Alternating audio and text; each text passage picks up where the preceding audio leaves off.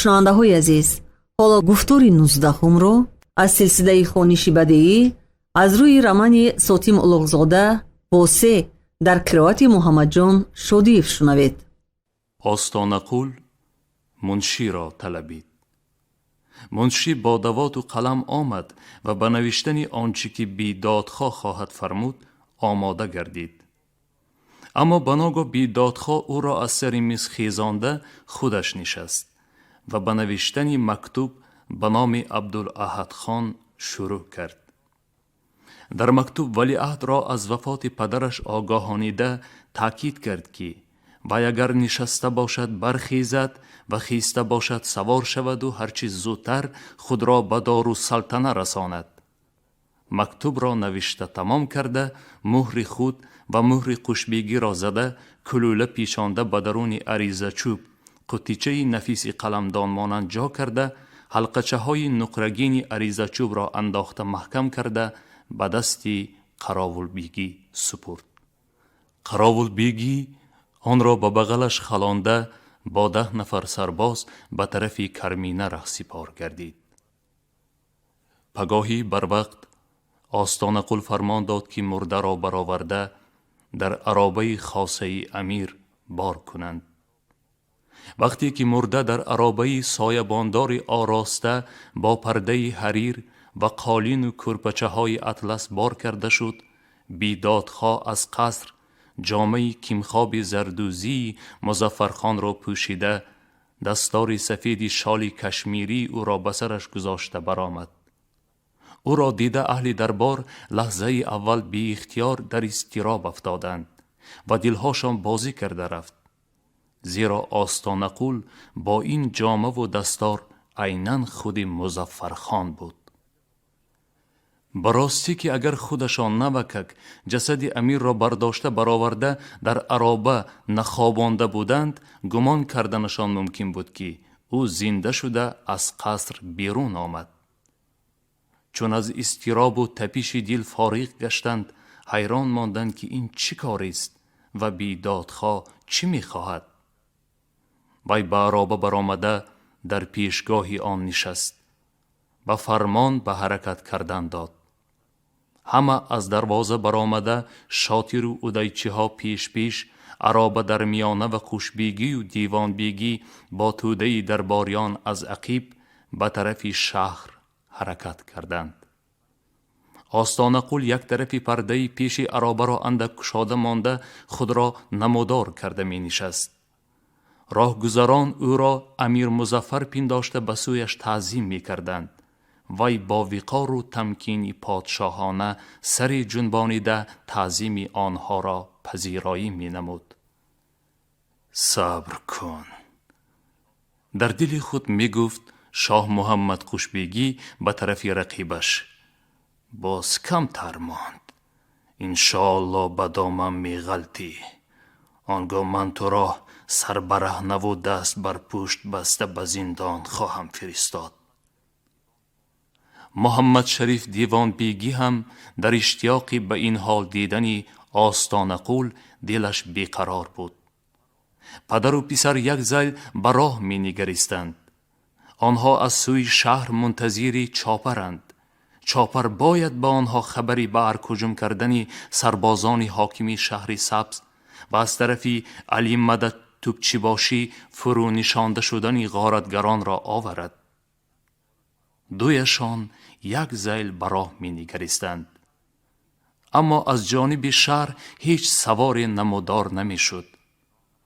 дар чеҳраҳои вазирон то рафт бештар осори парешонӣ ва бесариштагӣ зоҳир мегардид. ниҳоят вақте ки корвони мурдакаш ба наздикии шаҳр ба дарахзоре ки сарбозони остонақулдӣ набоз дар он истода буданд расид, ба қушбегӣ сирри падидор намудани чопар ошкор гардид.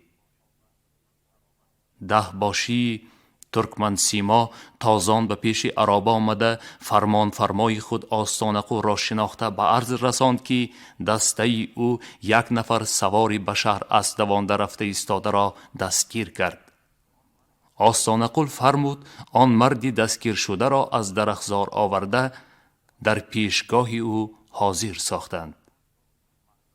وی همان محرم ده باشی خوشبیگی بود. تو؟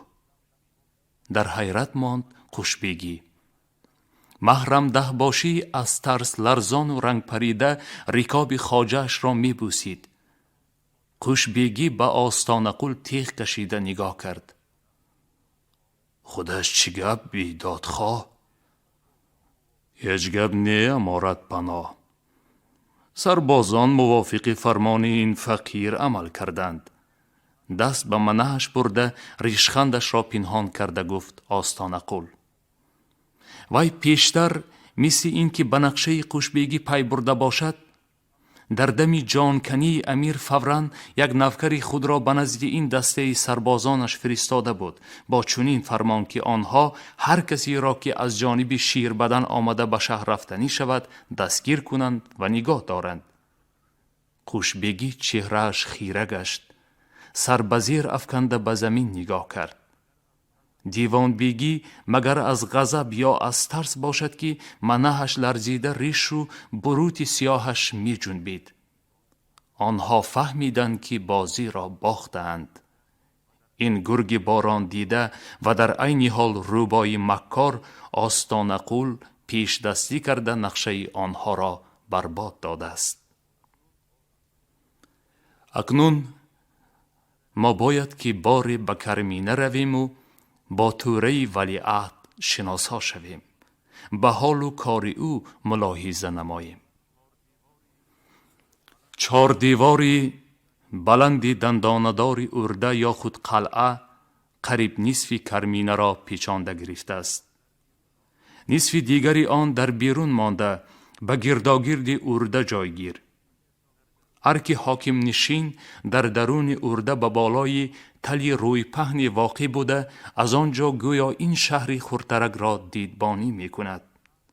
خانه های پستکی شهر گویا از ترس این دیدبانی قاهر و خشمگین جفس به هم آمده دامن یکدیگر را گرفته غوچ به درون درختان پناه بردند. در دم دروازه قلعه رمز حکمداری ششپر نهایت کلان چوبینی را آویخته ماندند. در درون قلعه در پسی 2 دروازه آهنکوبی درون به درون عبدالاحد خان توره روزها و شبها را با کمال بی‌صبری در انتظاری مرگ پدرش به سر میبرد. وی همه شغل حاکمی خود را به یک سو غنداشته مانده است. از صاحب منصبان خود او غیر از عثمان بیگی دیوان بیگی و یخشی بیگی اودایچی کسی را به حضورش قبول نمی کند. اینها صادقترین غلامان ویند که با یک نظر میل و خواهش حاکم خود را دریافته در پی اجرای آن میل و خواهش به جان می کوشند. ولیعهد به خبر وفات امیر نگران است.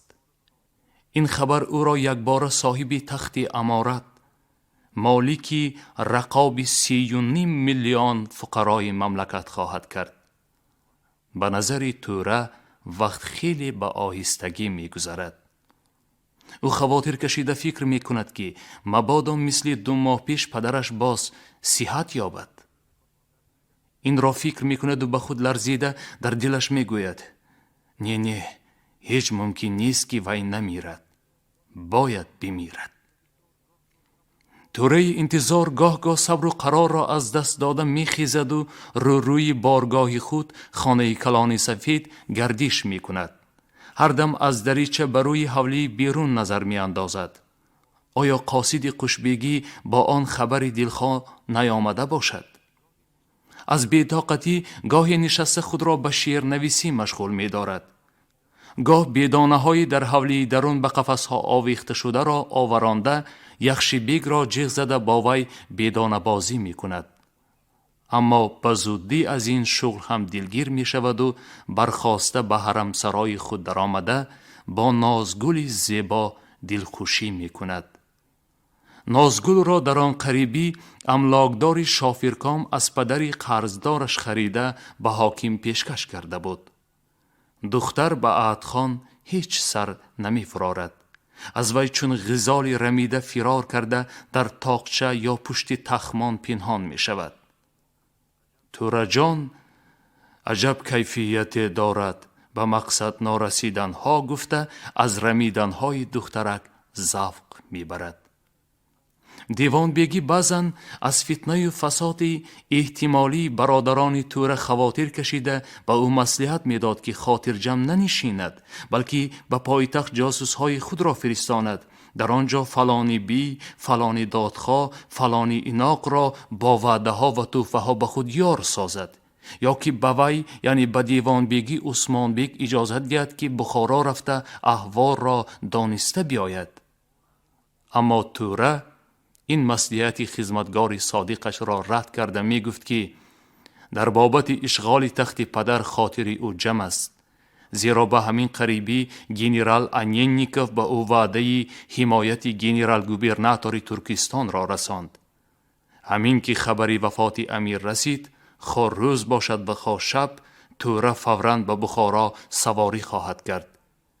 دیوان بیگی تمام اسباب سفر ولیعهد را تهیه نموده، حتی که از سپاه و نفکر و عملدار و سوداگران قریب 1000 نفر را در کرمینه گرد آورده به رکاب او تیار کرده مانده است. پگاهی 31 اکتبر عبدالاحد در مهمانخانه خود با همراهی عثمان بیگ و یخشی بیگ خوش و خرم صبوحی کرده نشسته بود. از دریچه کشاده مهمانخانه گنبزی نیلگون مسجد جامع شهر میتافت که در آفتاب پگاهانی می درخشید. در بالای گنبز آشیانی لک لک نمودار بود که به بلندی قریب 1.5 قد آدم می آمد. زیرا لک لک ها هر سال آشیان نوشان را بر بالای آشیان کهنه می ساختند. دیوان بیگی چی به امسال لک لک ها بر وقت پریده رفتند؟ خواطر کشیده می پرسید توره. باز این فالی بد نباشد؟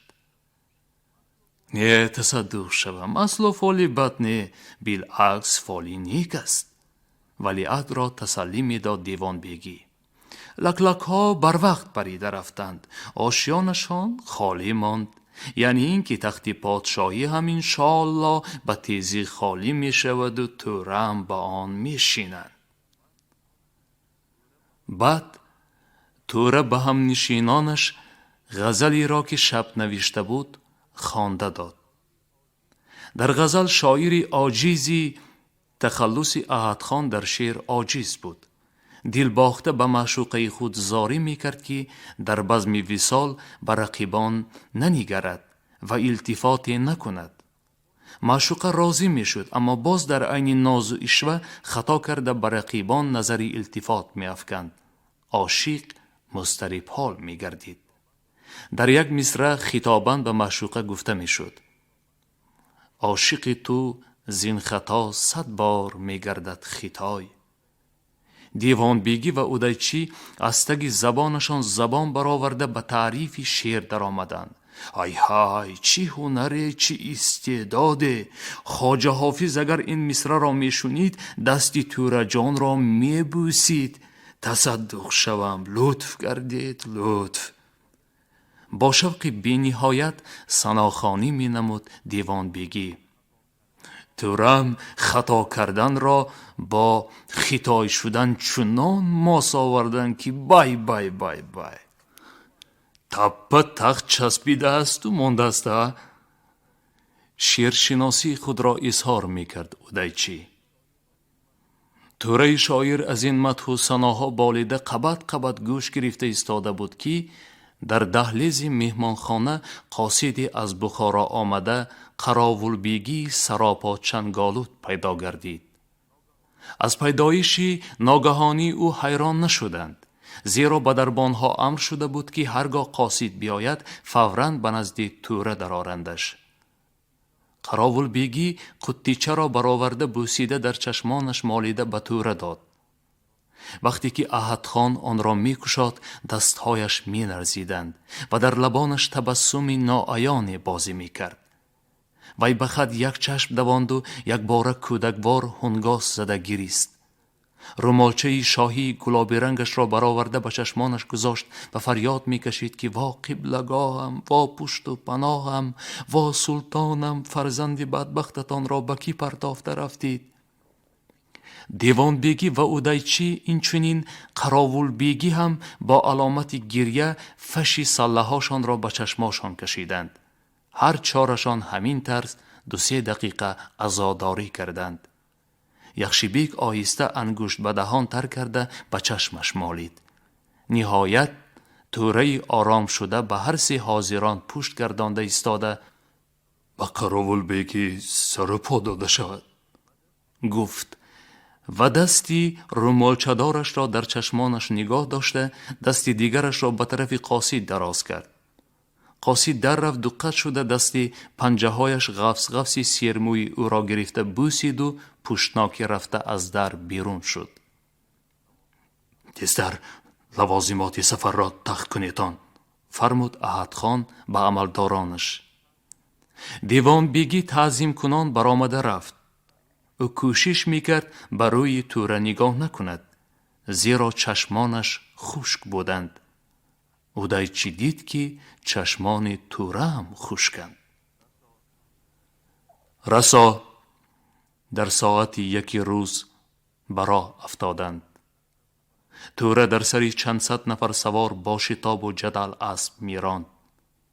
به وی از مسند بیکی تا تخت امیری فقط 11 فرسنگ مسافه مانده است که آن را هر چیز زودتر باید طی کرد. تیرما کیها از نیز گذشته باشد هم هوا خشک، دمی آفتاب هنوز گرم، روز تفسان بود. از زیر سوم اسبان چنگی غلیظ فواره زده چهره صافی فضا را غبارآلود می کرد. بعد 2 فرسنگ راه پیمودن در دیهه ملیک توقف نموده اسبان عرقشار را دم دادند. نماز پیشین را خواندند. روز به بیگاهی ماهیل شده سلقینی فرامده بود که باز سواری نمودند. توره و همریکابانش همه شب به ایست راه پیموده ساعت پیش از بامداد به 4 رهه واقع در 1 فرسنگ بخارا رسیدند. در اینجا ولیعهد را چندین دسته سرباز، توده ملایان و عملداران پایتخت پیشواز گرفتند. در بین غلاغله تبریک و تهنیت، دعای و تعظیم، خوشامد و ریکابوسی نمایندگان پایتخت توره خود را در عرش اعلا می دید و فرعون را کمترین نوکر خود می دانست. مشقت 11 فرسنگ راه پرپیچ خم او را گویا هیچ خسته نکرده بود.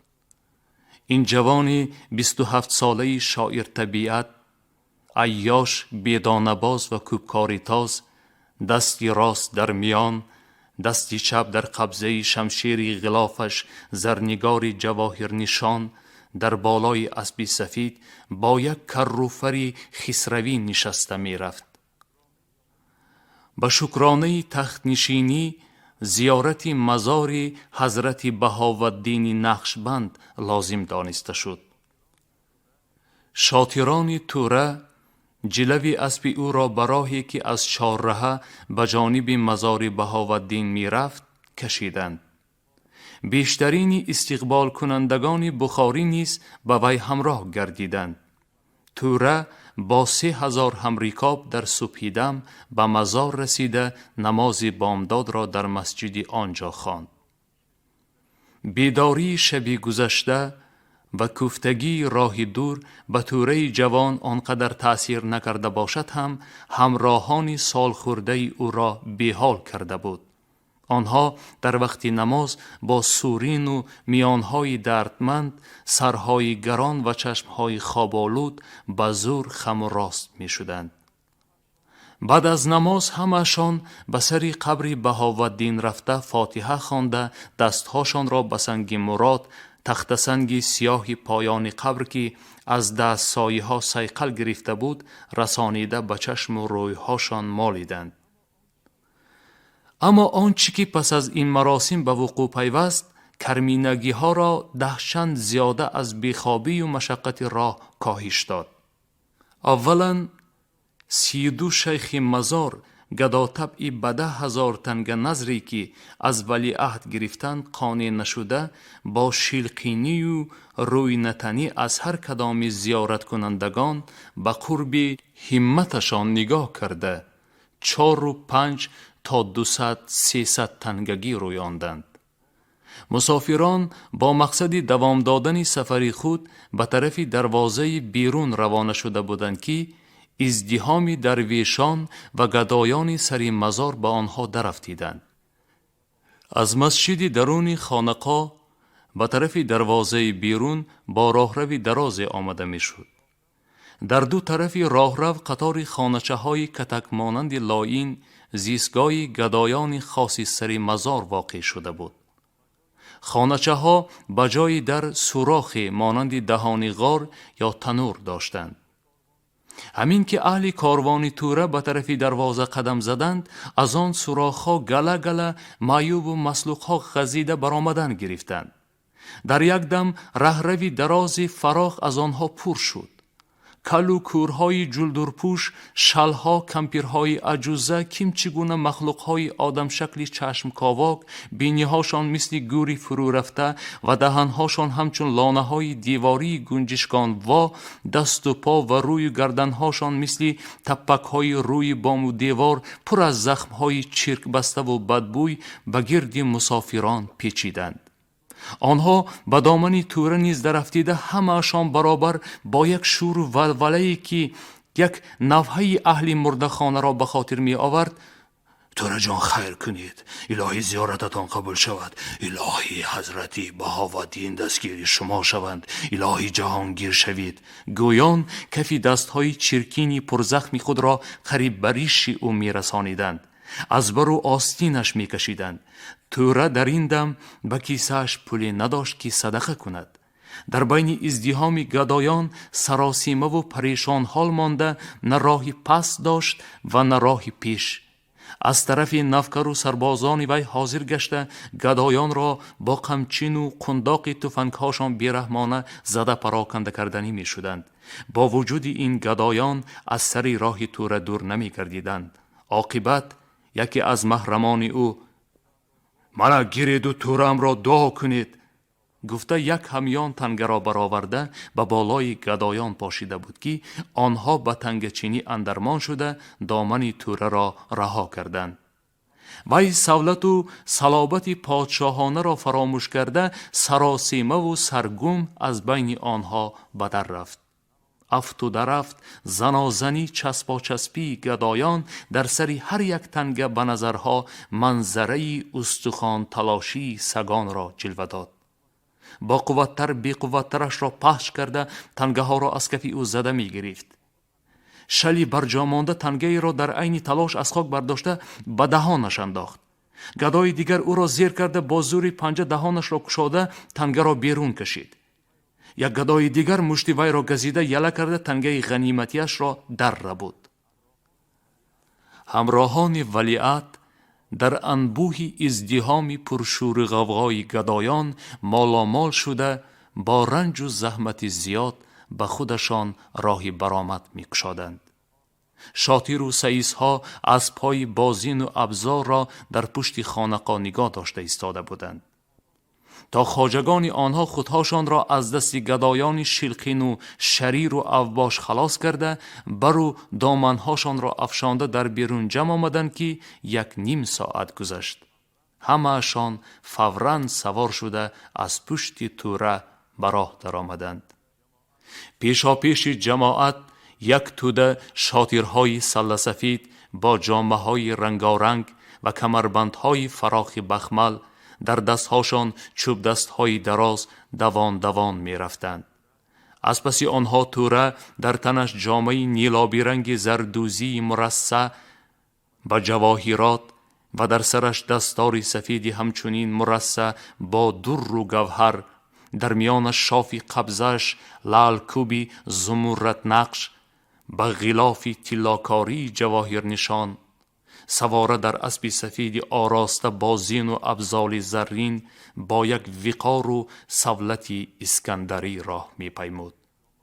دو شاطری جامه های شاهی نقرگین بر تن از دو طرف جلوه اسبی او را داشته می رفتند. با همین حشمت و دبدبه توره واردی پایتخت شده با خیابانی چارسو به طرف ارگ روان گردید. به خلق تماشابین و ملا و سپاهیانی که سراسر دو طرف خیابان را گرفته بودند نظر ننموده راست به پیش نگاه کرده می رفت. کر و فرش چنان بود که گویا 10 کشور را گشاده آمده باشد. ازدحام، غوغا و هیاهو می انداخت. نداها و فریادهای غلغلناک بلند می شدند. معلوم نبود صاحبان این فریاد و نداها چی می گویند. توره را مبارکباد می گویند یا دشنام می دهند.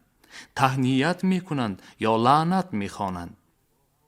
در بعضی جاها یسوالان مردم را با چوب دست و قمچین ها سرکوبی نموده به کنار می راندند. حالت و هنگامه شبیه آن بود که گویا به شهر فاتح بیگانه با اردوی جرار خود داخل شده باشد. برگ در آمدن زمان نخستین فرمان فرمای نو این بود که مرده پدرش را زودتر گورانند. گویا در دولت خانه بودن حتی مرده امیر سابق هم برای خود را حاکمی مطلق حس کردن سید عبدالاحد بهادر خان خلل می رساند. مرده را پس از خواندن جنازهش در مسجد کلان با شتاب و جدل به مزار حضرت املا برده به خاک سپردند. از پشت تابوت او نه وارثی تختش رفت و نه یگان پسر دیگرش. احد خان به رسم عزاداری 4 روز به زور از عیش و عشرت خودداری کرد. اما روز 5 طاقتش طاق شد و شب حتی هنوز هفته مرگ پدرش را هم نگذرانیده در یکی از خانه های خاصه ارده خلوت کرد و با چند از مقربان کرمینگی خود مجلسی بزم آراست.